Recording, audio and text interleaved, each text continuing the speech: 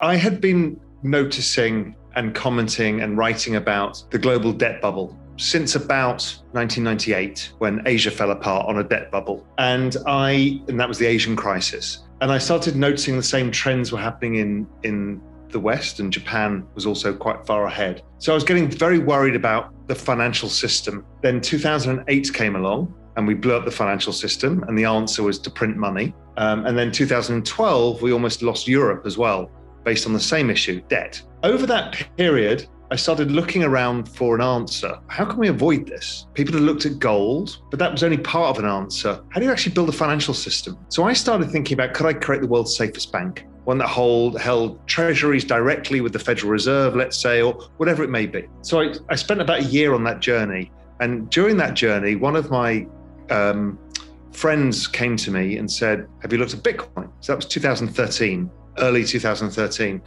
So I very quickly understood, what its promise had, particularly blockchain and the scarcity value. And I probably wrote the first ever stock to flow paper from a macro perspective in 2013 about how I valued Bitcoin versus gold, for example, using stock to flow analysis. And I first started investing it back in 2013. And so I'd followed the journey of crypto and, I learned about some of the other protocols and started getting interested in the whole space. And by about 2015, I'd started realizing that everything in the world was going to get tokenized in the end, and that this was going to be a predominant business model. But the Bitcoin price after the bull run in 2017, was coming down. And so I got out during that bull run too early. The forking wars had freaked me out a bit. So I got out, but I'd made a lot of money in it. Or made some good returns in it. And then I was following the space briefly. But my hypothesis was that when the next recession comes, we're going to have to test all of this all over again. The financial system, debt, central bank printing, all of it. And so I was waiting for that. And my work and analysis suggested it was coming in 2020 and had started in 2019. So I was then starting to get much more focused on crypto. There was a lot of other macro things going on. The pandemic hit, which obviously accelerated the process and now made it the biggest economic event of all of our lifetimes. So the answer was going to be, if my hypothesis was right, the biggest monetary experiment in all recorded history. That had to be the offset to this. I was then looking at the chart of Bitcoin, and it was forming this perfect big triangle pattern, which is a nice consolidation pattern, usually that precedes a breakout. And it backed into the middle of this triangle in March 2020 as everybody panicked and all risk assets sold. And that was the time I said, this is the opportunity. There's only one way for this to go. It's either going to zero, which was almost no chance, or this was the start of the move. So I started buying Bitcoin then. Then I really went very long when it broke 10,000, which was the triangle. And then over the course of the year, I got to 100% of my liquid net worth by about August last year. Wow. That was all in Bitcoin. And then I broadened that out and increased my Ethereum exposure by about October, thinking that Ethereum was actually going to massively outperform for a couple of years. So increased my Ethereum exposure and then added a basket of other tokens, and then took some macro bets in the future of where this is all going, which I think is communities, social tokens, that kind of use of NFTs outside of just artwork, but attaching assets to the blockchain and also the metaverse. So that's where I am now. And so I'm now mainly, I think about 55% Ethereum, 25% Bitcoin, and the rest spread amongst a bunch of different tokens. Bitcoin has these two attributes. One is this store of value. So it's like gold because it's a scarce asset, like artwork and other things, real estate. But it has this other thing, which is this call option on the future. What could it be? What could it be used for? What could this technology be used for? And that's really the network effect that is Bitcoin.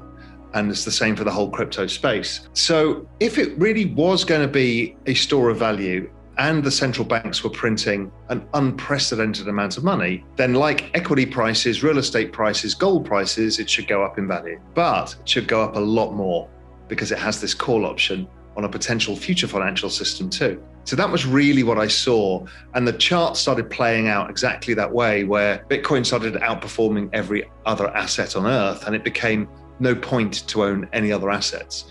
Now, this year has been less that, Bitcoin has kind of kept pace with other assets, but in a weird way, it went up a lot first and then came down a lot. But over time, it's generally outperformed everything.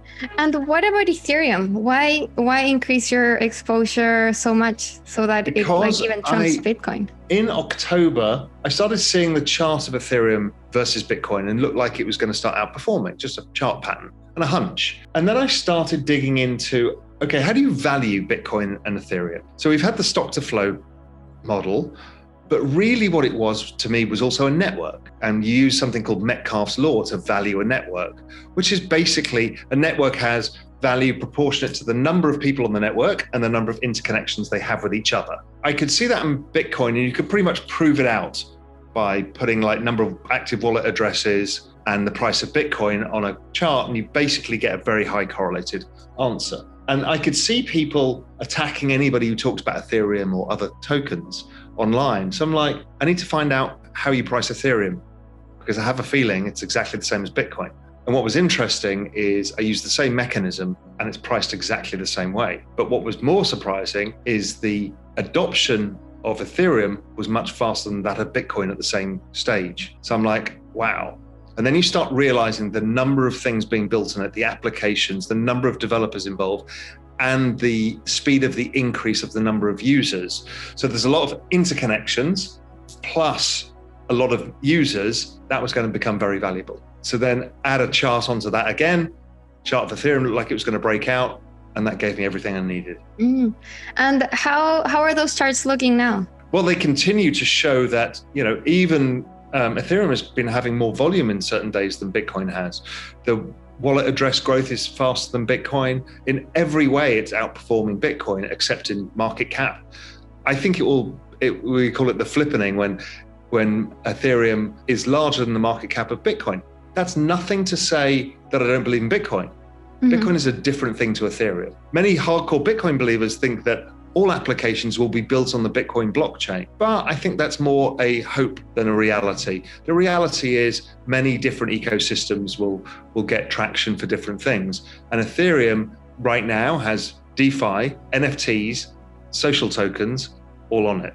So it doesn't have to be money. The next part of the equation comes with the introduction of the EIC 1559 token, which essentially lowers the supply of Ethereum by burning Ethereum. And then there's the ETH 2.0, where we move to proof of stake, which again, will lower the gas fees, but also will lower supply even further. So it becomes a super scarce asset with massive use. So probability is it's going to do pretty well. Yes, my target still remains between 200 and 400,000. For in what time? Probably I think the cycle extends somewhat. So I'll give it the next 12 months. And for ETH? At a minimum 20,000. And would that mean the flippening would happen? No, not quite. Later. Yeah, not quite. I don't think the flippening happens this time around. I think it happens maybe over time. So let's see, but it could do. Maybe the ETH 2.0 drives the flippening. Maybe it's a short-term boost. We have huge speculative blow-off, collapse. You know what crypto's like. It's not very predictable in short-term time horizons. So it kind of goes where it goes. But if you say to me in 5 years' time, does ETH have a larger market cap than Bitcoin? Probably.